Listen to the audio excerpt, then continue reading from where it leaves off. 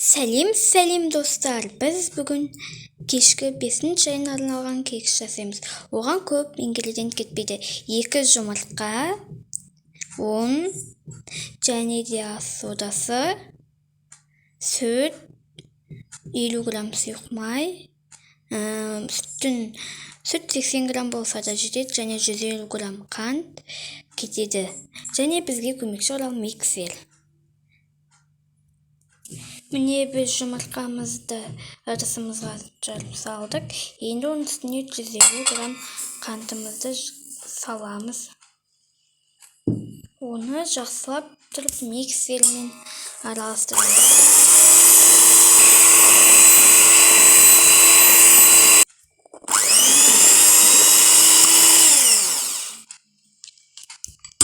Міне араластырып алдық. Бетіне аппақ осылай көктер пайда болғанша жақсылап араластырдық. Енді оның үстіне біздің 80 грамм сүтімізді құямыз. Сүттің температурасы маңызды емес, ыстық, суық деген өте маңызды емес. Аздап араластырамыз тағы да. Міне араластырдық сүтпен суды. Сүтпен жұмыртқаны кешіріңіздер. Енді оның үстіне сұйық майымызды құямыз. Сұйық майымыз 50 грамм болу керек. Енді жақсылап оны тағы да миксермен шайқаймыз. Массамыз сұйық маймен араласуы керек.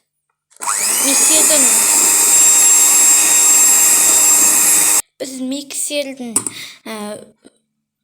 жылдамдығын, орташа жылдамдығы арқылы араластырдық, сонда бәрі жақсы шығады. Енді ас содасын ұнымызға қосып, ұнымызды массамызға саламыз. Міне тура осылай саламыз. Енді салып миксермен араластырамыз. Міне бізде осындай қою масса шығуы керек. Енді оны осындай силиконды формаларға салып орналастырамыз. Енді массамызды осылай әрбір формаға 2-1 қасықтан салып отырамыз. Силиконды формаларға кекс пісіруге арналған. Менде мынандай 3 түрлі форма бар. Соларға орналастырып осылай саламын. Бізде бірнеше кекс шығады. Дәмі өте күшті болып шығады. Міне осылай әрбір формаға орналастырып шығамыз. Міне осылай орналастырып алдық. Енді оны 180 градуста пісіреміз. Мен пешім 30-45 минутта пісіреді. Ал сіздердің духовкаларыңыздың қанша градуста пісіретінін білмеймін. Сол себепті үнемі бақылап аңдып отыру қажет. Міне біздің кекстеріміз дайын болды. Міне мұны жақтар аздап қарай кетті, ол ештеңе етпейді. Себебі біздің духовкамыз тез піседі.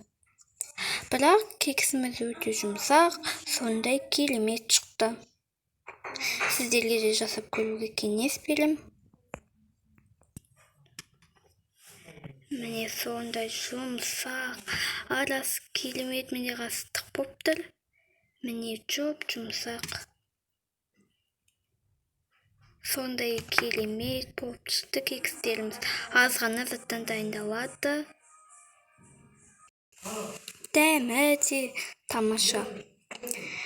Менің каналыма жазылып лайк басып кетіңіздер. Тағы да осындай көптеген рецепттер болады. Айтпақшы, бұндай аз шықпайды, себебі менде жарты масса әлі пісірілмейді. Мынау тек жартысы 10, кейде 10-нан да көп шығады. Ендеше келесі кездескенше сау болыңыздар. Менің каналыма жазылып, видеоны лайк басуды ұмытпаңыздар. Міндетті түрде кексті жасап көріңіздер. 5 шайына өте үйлесімді кекс.